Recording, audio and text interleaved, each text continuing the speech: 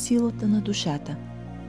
Душата – понятието, което е в основата на много философски, религиозни и духовни учения, крие в себе си изключителна сила и мъдрост. Вярата в силата на душата е извор на вдъхновение, надежда и вътрешен баланс за милиони хора по света. Думата душа често се асоциира с невидимата същност на човека, неговата същност, която надхвърля физическото тяло. Тя е мястото, където се съхраняват нашите чувства, мисли, морални ценности и духовни качества. Душата е безсмъртна същност, която се стреми винаги към духовно израстване. Вярата в силата на душата ни дава възможност да преодоляваме трудности, да намираме смисъл дори в най-трудните моменти и да се развиваме като личности. Тази сила е невидима, но изключително мощна. Тя ни вдъхновява да бъдем добри, търпеливи и смели.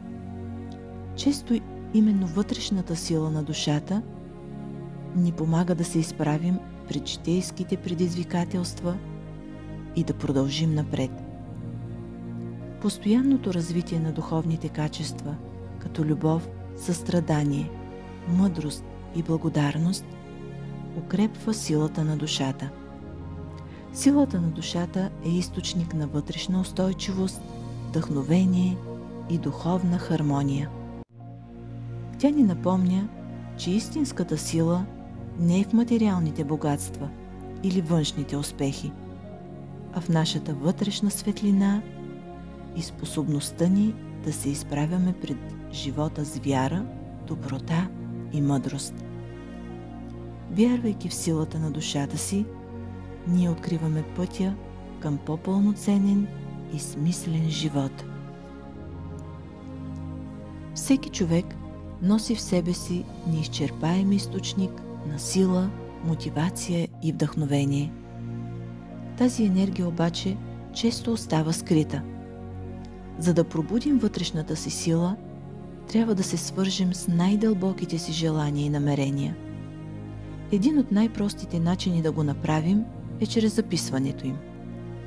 Когато формулираме мечтите си ясно, ние не само ги осъзнаваме, но и започваме да ги материализираме.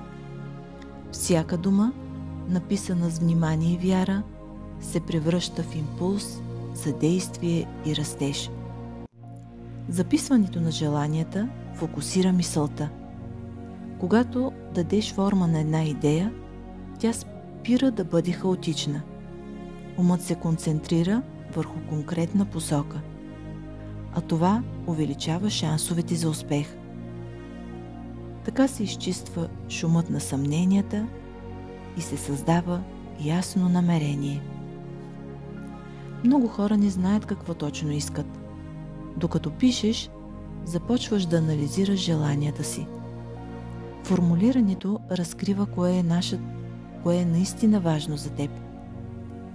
Този процес ти помага да различиш чуждите очаквания от собствените си потребности.